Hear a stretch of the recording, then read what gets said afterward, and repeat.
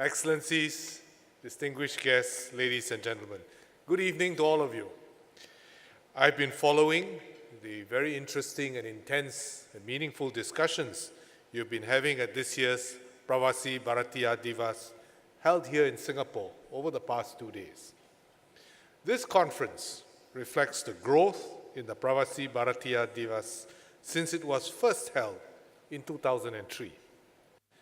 The importance of this conference is underscored by the participation of union ministers and chief ministers from India, several of my cabinet colleagues, and distinguished political personalities, captains of industry, strategic thinkers, and academics from around the region. My congratulations to the Ministry of External Affairs of the Government of India and the Indian High Commission of Singapore on such a successful conference. And of course, for all your attendance here as well. This year's focus on ASEAN-India relations has been particularly apt. As we celebrated 25 years of ASEAN-India relations in 2017, this conference has provided a timely occasion for us to reflect on our achievements and raise many useful ideas which we can take away and put into action to chart a common future. Indeed, India has played a major role in our region. The foundations for India's engagement with our region go back many centuries. Trade, cultural exchanges, and migrants have left their mark on language, food, and religion. Indeed, when I was the Minister for Education in Singapore, we have 4 official languages, one of which, as you know, is Tamil. But we also offer examinations for language in Hindi, Bengali, Malayali, and Punjabi, to name a few, in Singapore. It reflects the diversity of India and also the acceptance of India and Indians in Singapore and the contributions that they make to Singapore. In the current era, India's relations with ASEAN have broadened and deepened considerably since the 1990s with India's Look East policy. Singapore actively facilitated India's inclusion in the ASEAN community. Our then Prime Minister, Mr. Goh Chok Tong, proposed granting India full dialogue partner status during an informal meeting at the 1994 ASEAN Summit. And in the following year, India became ASEAN's 5th dialogue partner in 1995. Over the years, the cooperation between ASEAN and India has expanded to include security, trade, tourism, education, and culture. And we have established as many as 30 platforms for cooperation, including an annual Leaders Summit and 7 ministerial dialogues. In addition, India has participated actively in ASEAN-led cooperation platforms, such as the ASEAN Regional Forum, the ASEAN Defense Ministers Meeting Plus, or ADMM Plus, and the East Asia Summit. Our trade relations have been enhanced by the ASEAN-India Free Trade Agreement, which came into effect from 2010. And trade between ASEAN and India has risen steadily from just $2.9 billion in 1993 to $58.4 billion in 2016. Just 5 years ago, we celebrated 20 years of relations. And then ASEAN and India took another big step with a strategic partnership.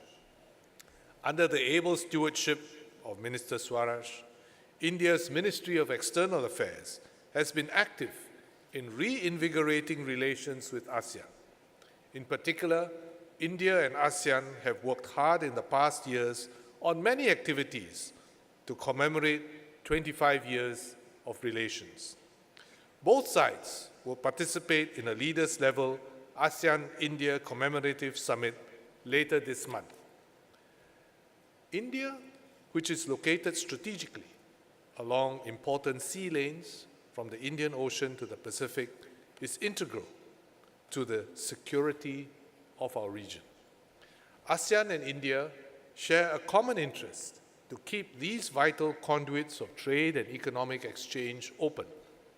And it is crucial that we continue to uphold our shared principles of the freedom of navigation and respect for the rule of law. I'm heartened that defense cooperation between India and ASEAN has intensified. India has made meaningful contributions to the ASEAN Defense Ministers Meeting Plus mechanisms. In 2016, India hosted the Force 18 combined field training exercise on humanitarian mine action and peacekeeping operations in Pune. India has also taken on the co-chairmanship of the third cycle of Experts Working Group on Military Medicine along with Myanmar for the period 2017 to 2020. In September last year, two Indian naval ships, INS Satpura and INS Kadmat, were on a 3-month deployment in the region and visited 12 ports, including 8 ASEAN countries, to commemorate 25 years of ASEAN-India relations. Singapore also enjoys long-standing defense relations with India. In 2003, I made the first official visit by a Singapore defense minister to India. During the visit, then Defense Minister George Fernandes and I signed the Defense Cooperation Agreement. As part of the visit, I also spent a very interesting day in Port Blair, in the Andaman Islands, the gateway between the Malacca Straits and the Indian Ocean. I had a meaningful stopover at the cellular jail, which now serves as a national monument commemorating the sacrifices of those who had struggled for India's independence against colonial rule. The Defense Cooperation Agreement provided a framework for various joint activities, which has expanded to include regular bilateral exercises between our two armies, navies, and air forces, service-level staff talks, intelligence exchanges, cross-attendance of courses, and defense policy dialogues. And in this context, I've had the pleasure of being hosted by the Indian Army in Devlali and Babina, and by the Indian Navy in Mumbai as well. We welcome India, as well as ASEAN's other dialogue partners, to continue to contribute to the peace and security which underpin the growth of our region. Over the past 2 days, you have had intense discussions on a wide range of aspects of ASEAN-India relations. And from these discussions, one can only conclude that there is huge potential for further cooperation between India and ASEAN. Allow me to recap the key points. Southeast Asia and India represent a quarter of the world's population, 1.8 billion people, and a combined GDP of more than 4.5 trillion US dollars. India's consumer market is expected to become the 5th largest in the world by 2025. And similarly, the consumer market in Southeast Asia is expected to grow considerably by 2025, supported by the doubling of middle-class households to 163 million. Against this backdrop, we are starting from a modest base. For example, ASEAN-India trade, large as it is, accounted for only 2.6% of ASEAN's external trade in 2016. There is much scope to strengthen our linkages and trade ties. Tonight, I would like to suggest 3 areas where we can strengthen the ASEAN-India partnership. First, we should press on with economic integration. At a time when anti-globalization and nationalist sentiments are rising, it is important that we continue to support an open environment that is conducive to trade and investment. This will send a strong signal to all investors that we are committed to shared progress and prosperity for all countries. For instance, regional trade agreements, such as the Regional Comprehensive Economic Partnership, or RCEP, are building blocks to integrate the Asia-Pacific as a common market and production base. Through the RCEP, India and ASEAN can leverage our young populations and rising consumption to boost manufacturing, exports, and growth. And this will help us reach our target of US $200 billion in total trade by 2022. As ASEAN Chair this year, Singapore will do what we can to secure the support of India and all the other RCEP countries to advance the RCEP negotiations. Second, we should expand connectivity between India and ASEAN. Good progress has been made in land connectivity through projects such as the India-Myanmar-Thailand Trilateral Highway. With India's strategic geographical location, we can expand maritime and air connectivity to bring India closer to the rest of ASEAN. For instance, greater maritime connectivity with ASEAN would open considerable avenues and opportunities for trade. Sectors which stand to benefit include port development, shipping, logistics services, and cruise tourism, which is a huge growth area. Singapore's PSA has major investments in India's ports, including a $1.32 billion container port in Mumbai to be completed by 2021. Perhaps one of the more immediate ways to expand interactions between India and ASEAN is to expand our air connectivity. With more flights and more affordable air tickets, people-to-people and business links can be strengthened. Our participants in this conference, all of you, have also benefited from this increased connectivity and convenience of travel afforded by these extensive links. We can strengthen these further.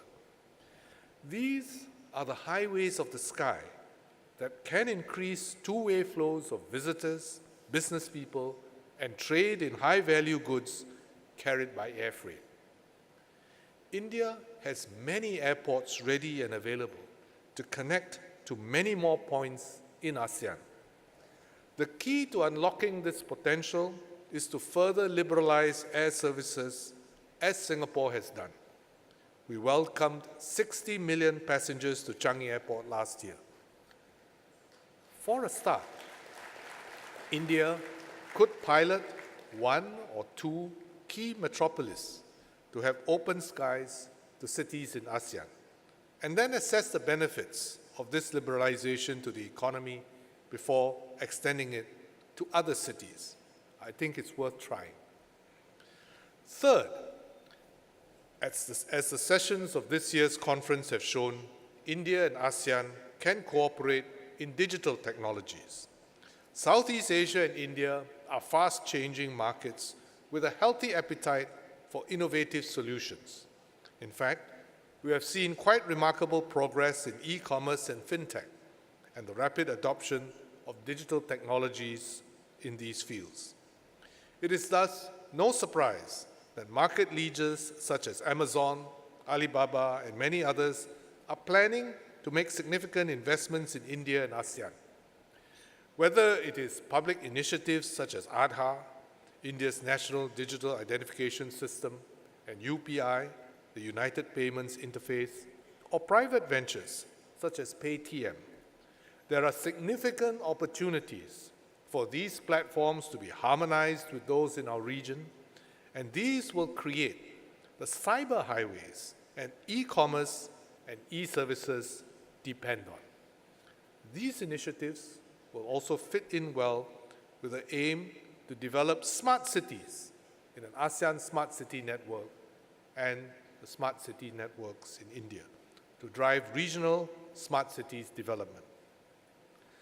Ladies and gentlemen, Singapore is a firm believer that ASEAN and India and the region as a whole have much to gain from further strengthening ASEAN-India relations.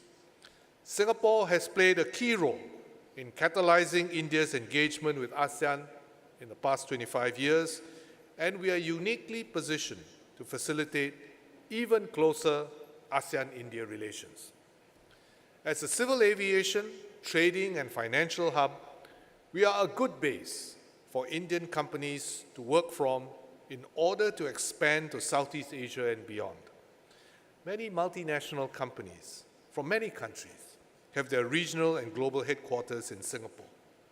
The number of Indian companies in Singapore has doubled from some 4,000 in 2009 to more than 8,000 today, forming the largest contingent of foreign companies here. And I think many of you here are present as well. They range from large conglomerates such as the Tata Group, to IT services companies such as Wipro and Infosys, to engineering companies, to schools, and many dynamic and enterprising SMEs. Singapore can also play a role to connect the many companies from a wide range of countries who have found Singapore to be a useful operational base. Among these are more than 7,500 Chinese companies which are registered here in Singapore, also almost double from just 5 years ago. And one example of the potential for the cross-pollination of ideas was in 2016, when participants at the Institute of South Asian Studies South Asian Diaspora Convention joined hands to hold a joint India-China business dialogue with participants from the Future China Global Forum organized by Business China Singapore, because both these conferences were being held at the same time here. The session saw Indian and Chinese business leaders using Singapore as a platform to discuss potential for collaboration in infrastructure, education, environment, and the economy. All these Singapore-based companies from many countries form a vibrant community and can work together to tap on our business infrastructure and our comprehensive network of 20 implemented free trade agreements with 31 trading partners to facilitate their expansion abroad. Indeed, the strong turnout from both Indian and Singapore businesses at this year's conference is really very encouraging. And many of you operate not just in Singapore and India, but across the region and around the world. Governments at the national and state levels should facilitate the ease of doing business and enact policies to attract greater investments and cross-border partnerships. Businesses can play an important role by encouraging governments, both at national and state levels, to be more competitive, responsive, and plugged into global value chains. As ASEAN Chair this year, Singapore is committed to deepening ASEAN's relations with its key partners, including India. Prime Minister Lee Hsien Loong looks forward to visiting India later this month for the ASEAN-India Commemorative Summit, which will be our PM's first ASEAN-related summit as 2018 chair. And we look forward to the visit of Prime Minister Narendra Modi to Singapore later this year to deliver the keynote address at the Shangri-La Dialogue. This will be the first time the Shangri-La Dialogue will be addressed by an Indian Prime Minister, and Prime Minister Narendra Modi's keynote speech is most timely and highly anticipated. Excellencies, ladies and gentlemen, the future of ASEAN and India lies in greater engagement and integration in our region, where the global center of economic dynamism is shifting. Expanding our connectivity and growing a new frontier in the digital space can further enhance our collaboration and maximize our strong fundamentals. The Indian diaspora, all of you, have played an important role to integrate India into our regional network and can be counted on to do so in the future as well. The strong, centuries-old socio-cultural links fostered by the diaspora have made it easier for Indian companies to strengthen their regional presence And similarly, the diaspora acts as a catalyst to forge greater business links from our region into India. This diaspora is continually being re-energized and rejuvenated with new waves of Indian businessmen and professionals who are themselves making waves in our region and the world.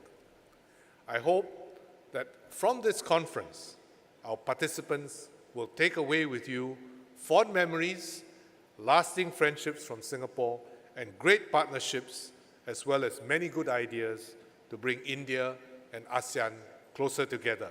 Thank you very much. Thank you very much, Deputy Prime Minister Teo.